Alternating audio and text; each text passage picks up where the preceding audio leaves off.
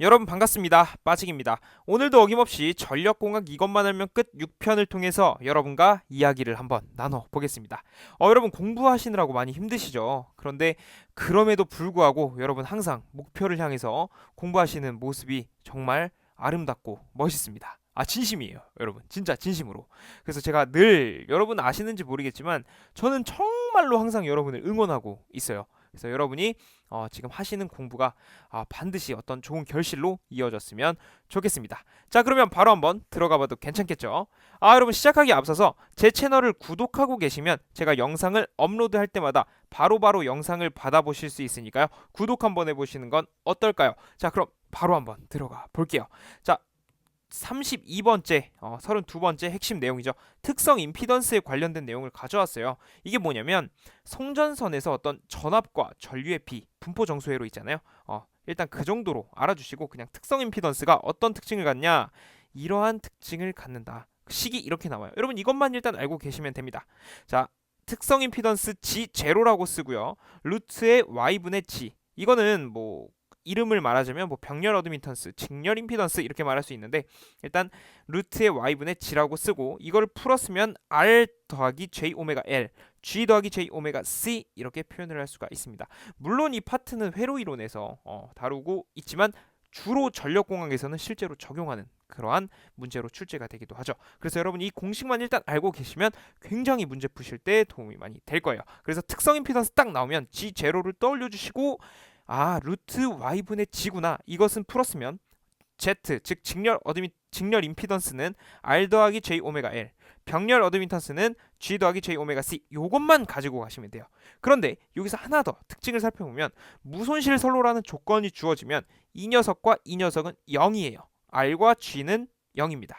그렇기 때문에 j 오메가 l, j 오메가 c만 남고요. j 오메가 사라지면서 루트 c분의 l만 남더라. 요렇게만 가져가 주시면 특성 임피던스 괜찮습니다. 물론 무외형 선로가 있지만 그것은 일단은 나중에 문제 나오면 그때 학습해 주셔도 괜찮고 이론에서 여러분이 학습을 해도 괜찮겠죠. 그래서 이거는 일단 무손실 선로만 먼저 가져가는 걸로 합시다. 계속 많은 조건을 가져가면 한 번에 다 외우기가 힘드니까 이 정도로만 가져가 주시는 걸로 하죠. 자, 그러면 이어서 33번째 핵심 내용 전파정수 관련 내용이에요. 이 전파정수라는 것은 어떤 진폭이나 위상이 변해가는 특성을 나타내는 건데요. 이렇게 쓸 수가 있습니다. 자, 감마는 루트 g 곱하기 y. 여기는 루트의 y분의 g였는데 얘는 곱해버렸죠. 이 차이예요. 그리고 직렬 임피던스에 대한 식 똑같죠. 병렬 어드미턴스에 대한 식 똑같습니다. 그래서 그냥 이렇게 곱해지는 형태로 적어주시면 되더라. 그러면 여기서도 무손실 선로라고 문제에서 주어진다면 조건이 이렇게 주어진다면 R과 G는 0이니까 어떻게 해야 됩니까? R, G 0이니까 J 오메가 L 곱하기 J 오메가 C니까 J 오메가가 제곱이죠. 그럼 J 오메가는 바깥으로 나올 수가 있습니다.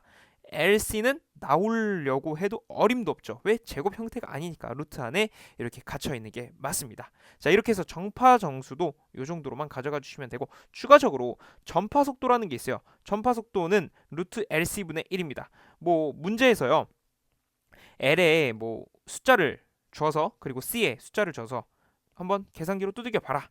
공식만 알면 네가 두들기면 되니까 한번 계산기 두들겨서 전파 속도 한번 구해봐라 하는 문제가 종종 출제가 되고 있습니다. 그래서 전파 속도에 대한 공식 자체를 물어보는 경우도 있고요.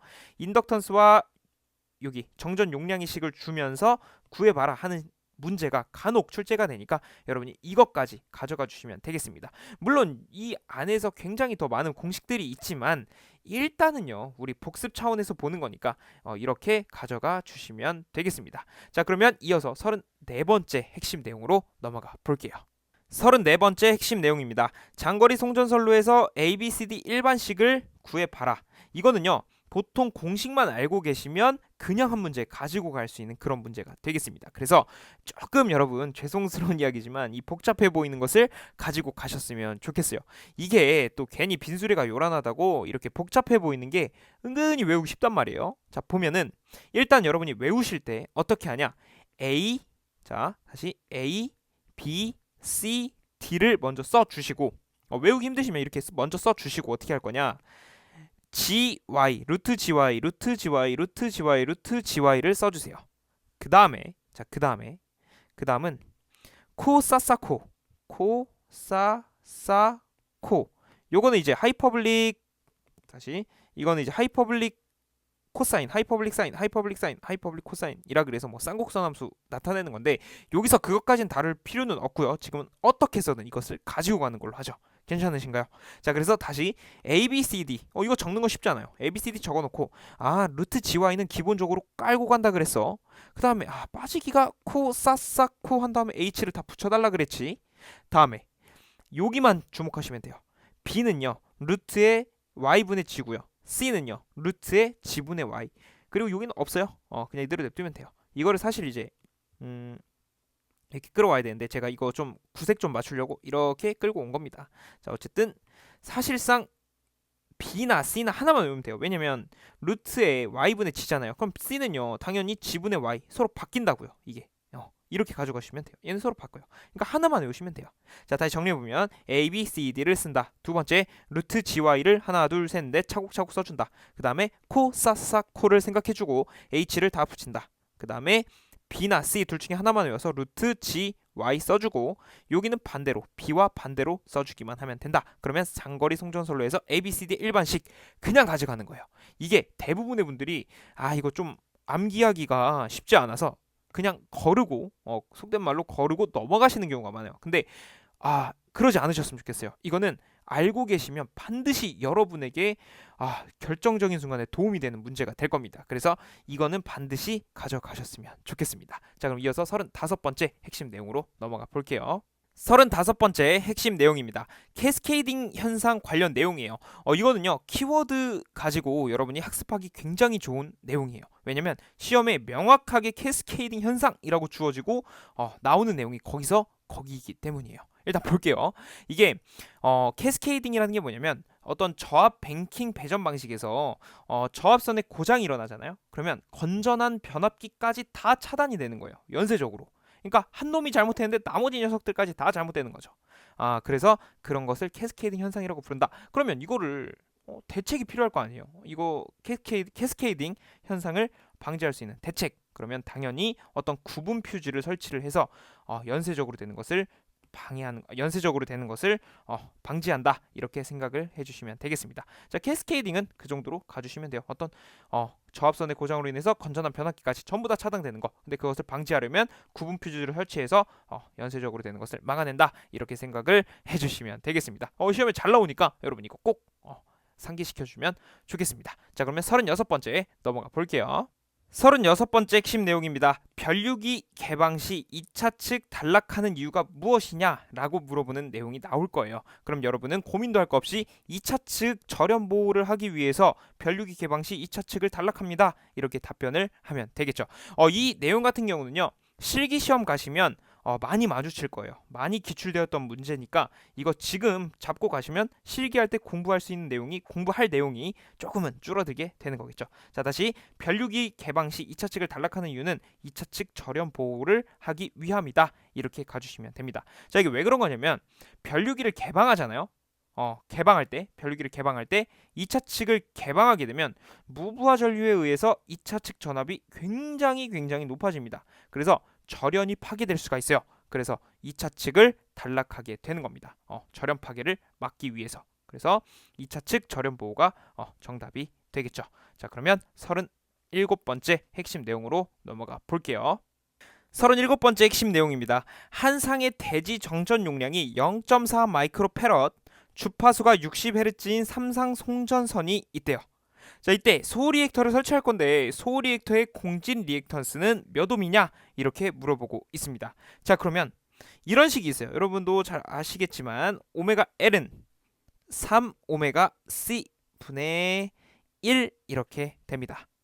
여기서 우리가 구해야 되는 게 소호 리액터의 공진 리액턴스가 몇 옴이냐 라는 것을 물어보는 거니까 이 자체의 값을 구해주면 되겠죠. 이 자체가 이제 옴의 단위를 갖고 있는 거잖아요. 그렇죠? 그럼 이것을 한번 풀어서 써보면, 자, 3 곱하기 오메가라는 것은 2파이 F로 풀어쓸 수가 있죠. 2파이 F 곱하기 C 분의 1이 되더라. 그러면 대입만 하면 되겠네요. 3 곱하기 2 곱하기 파이 곱하기 F가 60이라고 친절하게 알려주고 있습니다. 60 곱하기 C는요 0.4라고 합니다. 그런데 여기 마이크로 페럿이니까 이것을 그냥 페럿으로 바꿔주기 위해서 마이크로를 10의 마이너스 6 제곱으로 바꿔주면 되겠습니다. 이거분의 1. 자, 이거 계산하면 어떤 값이 나오냐면 2210이 나옵니다. 2210 옴. 이렇게 답을 얻어낼 수가 있죠. 그래서 여러분이 이런 문제 나오면 소리릭터 딱 나왔으면 오메가 1은 3 오메가 C분의 1만 떠올리시면 이러한 문제도 여러분 것으로 만들 수가 있겠죠. 자, 그럼 오늘의 마지막 내용으로 한번 넘어가 볼게요. 38번째 핵심 내용, 전력 퓨즈의 장단점입니다. 자, 먼저 장점을 보면 고속도로 차단을 할 수가 있어요. 굉장히 빠르다는 거죠. 그 다음에 소형으로 큰 용량을 차단할 수가 있다. 굉장히 좋습니다. 그 다음에 소형이기 때문에 경량이다. 이렇게 세 가지의 장점은 반드시 여러분이 가져가 주셔야 합니다. 자, 장점이 있으면 당연히 단점도 있겠죠. 재투입이 불가능하고요. 차단 시 과전압이 유기되고요. 세 번째, 과전류에 용단되기 쉬워요.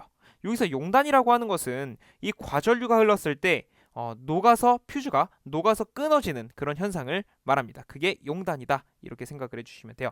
이거는 필기뿐만이 아니라 여러분이 실기에 가시면 전력 퓨즈의 장단점 세 가지씩을 써봐라 하면서 많은 기출이 되었어요. 그렇기 때문에 여러분이 지금 이거 실기까지 생각을 하셔서 반드시 가지고 가셨으면 좋겠습니다. 자, 이렇게 해서 오늘도 전력공학 이것만 알면 끝 6편 여러분과 한번 공부를 해봤습니다.